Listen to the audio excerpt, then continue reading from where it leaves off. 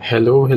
Magandang araw. Welcome to my channel. Ako nga pala si Mystic Moreno, or in short, Mismo. At dito sa aking channel, we will manifest love and light sa inyong Tagalog love reading ngayon na mismo. Okay, so ang gagawin natin ngayon ay ang love message para sa lahat ng Leo.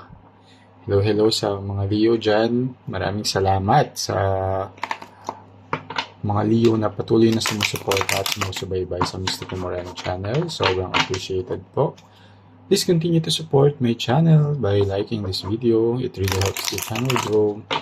Comment lang sa baba, lalo na kung mag-resonate ang reading. And sa mga bago, sana subscribe na po kayo sa aking channel para mag-grow pa ang aking channel. And para updated rin kayo sa mga ipopost ko pang videos in the future. And please also like, comment, and share the video. Maraming salamat po. Yan. So ang gagawin natin ngayon ay ang inyong love reading 8 card spread. So bubunot ako ng 8 cards from this deck.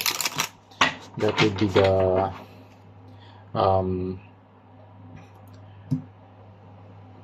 ka-pair nung isa pang 8 cards na bubunutin ko with from the other deck.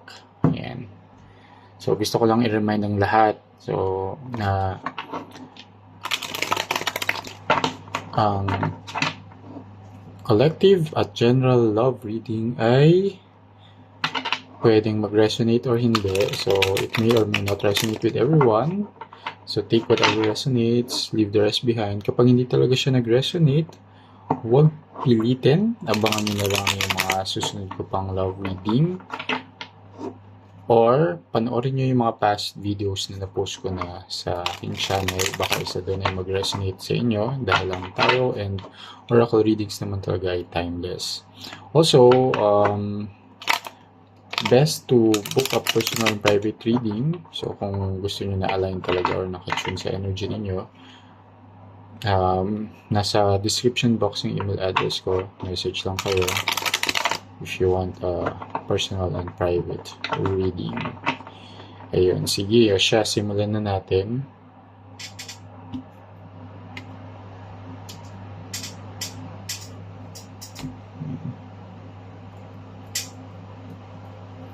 So, I'll get the 5th card dahil May pa rin ngayon. So, let's see. Ano bang reading para sa Leo ngayong mid-May? First card. Okay, 3 of Cups.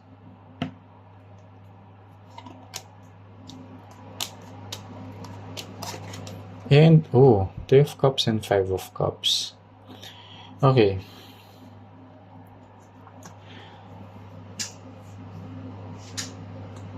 So there's a roller coaster ride happening sa relationship ninyo.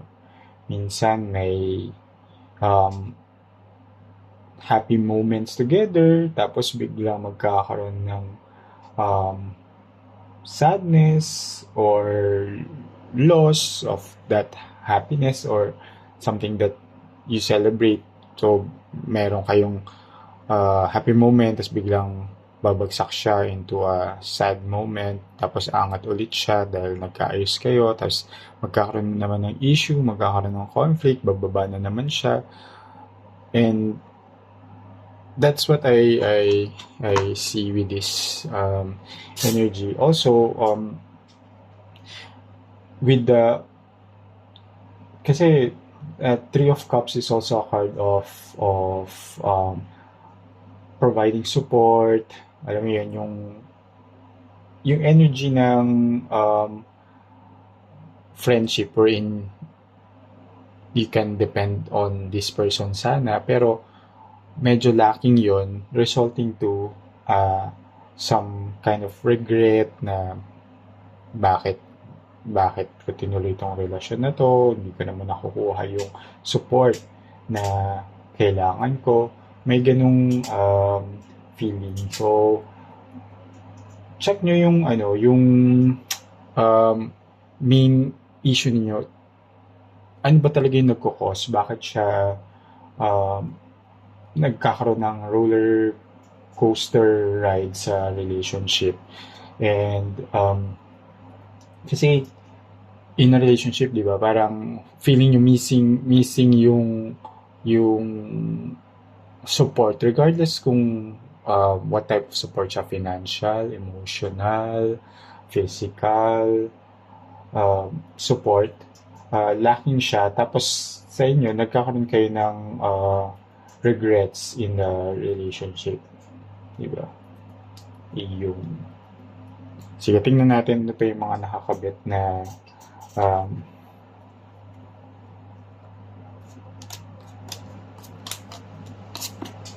ayan, the judgment.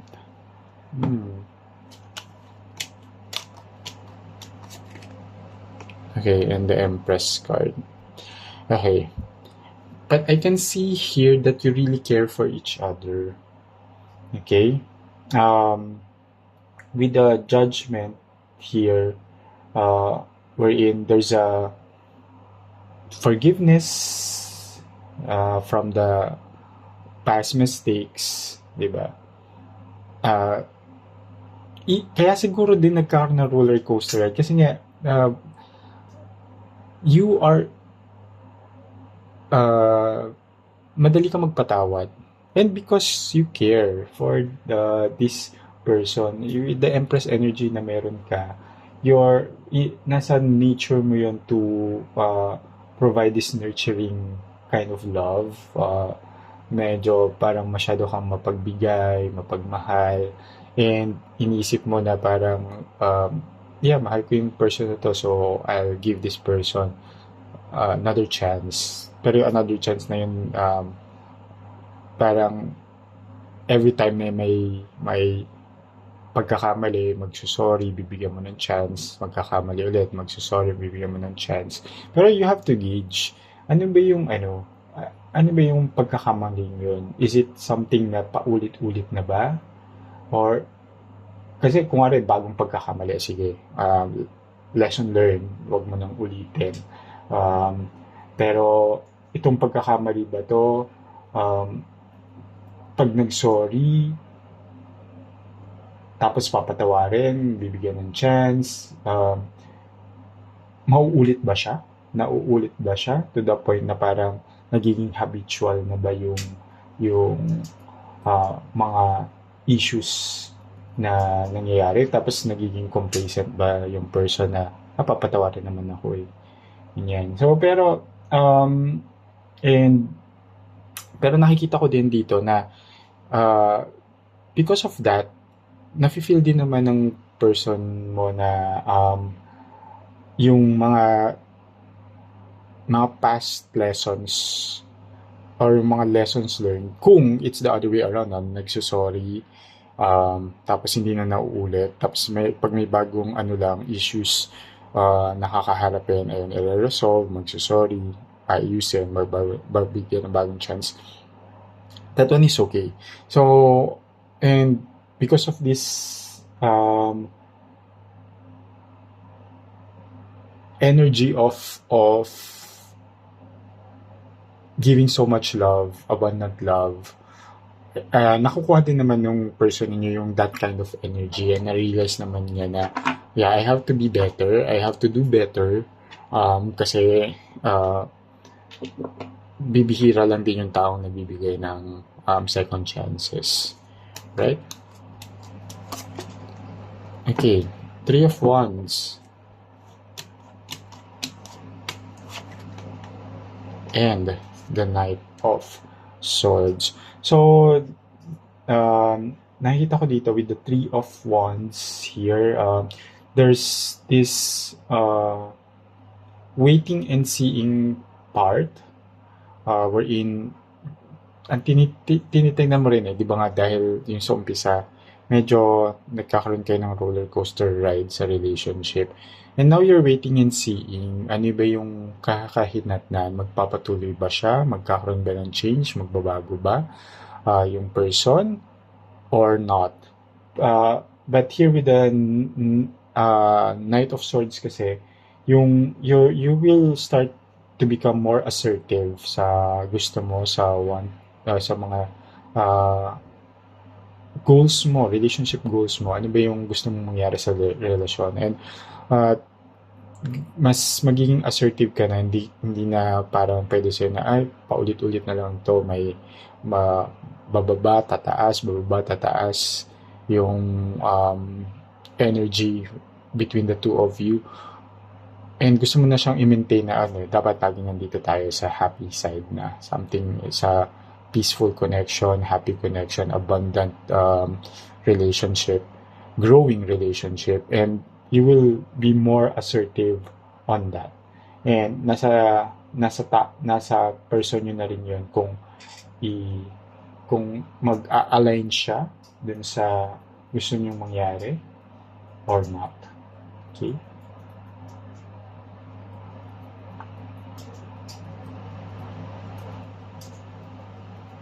Alright. So, tingnan natin ano pa yung kaganapan. Okay.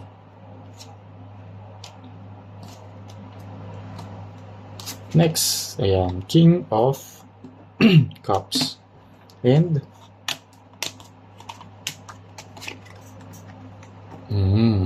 okay.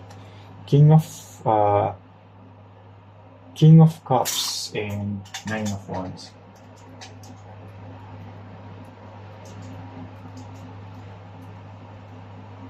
Eight of Wands pala.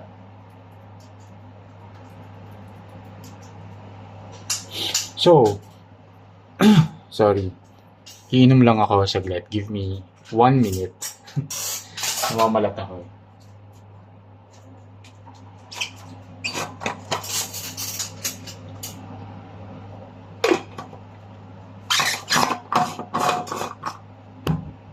Alright. Okay, so with the King of Cups and Eight of Wands showing up here, kasi ito, di ba, from the roller coaster ride, may forgiveness na naganap muli because of the nurturing energy. And now you're waiting and seeing ano yung mangyayari. Kasi now, mas magiging assertive ka na sa gusto mong mangyari sa relationship. And I can see here that your person will comply. And ayaw ka rin yung mawala sa life niya. So, magka-comply siya. And there will be more mature connection between the two of you na mas magpo-progress pa siya ng faster than you expected. Okay? Kasi parang dahil sa pagiging assertive mo, parang sinasabi mo rin kasi na, okay, if magpapatuloy ito na magiging chaotic yung relationship natin, better wag na lang. Unless, you do your part and you adjust accordingly. And I can see here na ayaw ka rin niya mawala, so gagawin niya yung adjustments na yun. And mas magpo-progress pa yung growth ng relationship niyo. Ayan. Okay. Kaso biglang may 3 of Swords, diba? 3, 4. Okay. Sige. With the 3 of Swords here, na lumabas, diba?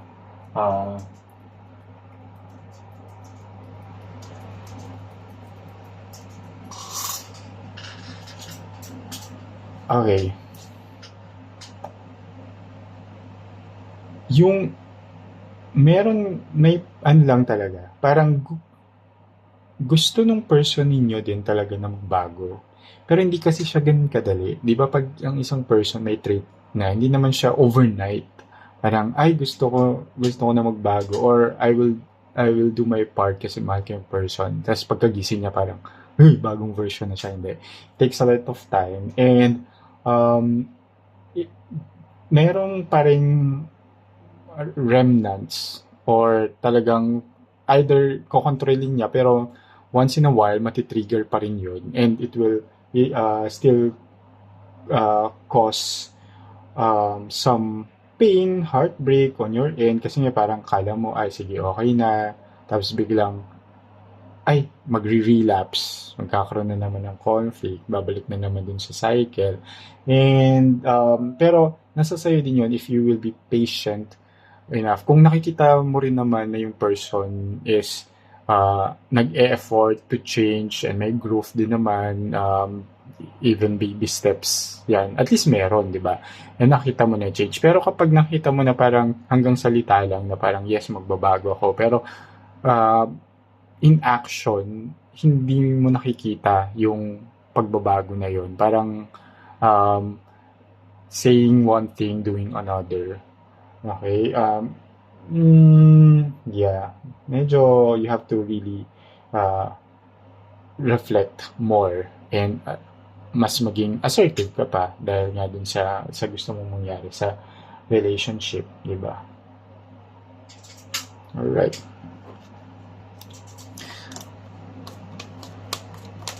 Oops. 5. Okay. Knight of Cups.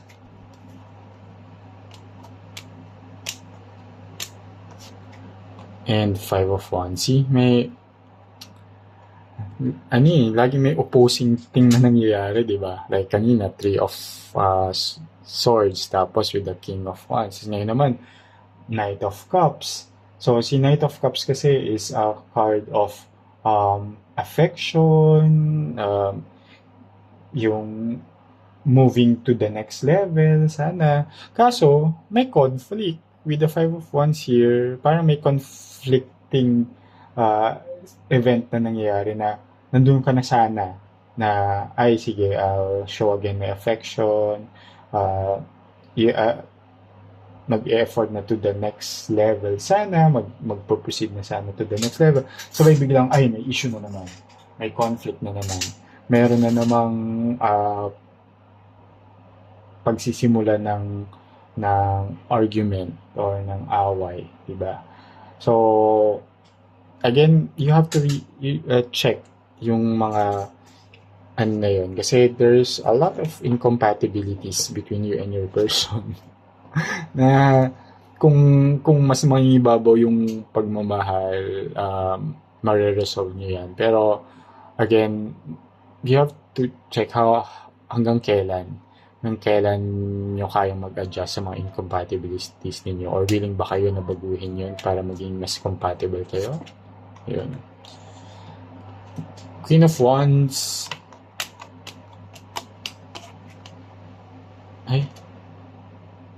Yeah, 3 of Wands na naman. Wait lang. Nandito din yung 3 of Wands.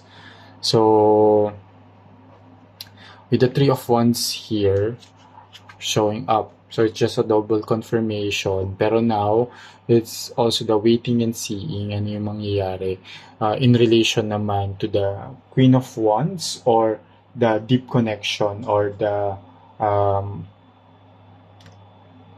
yung hinahanap yung assurance from this change na sinabing gagawin or mangyayari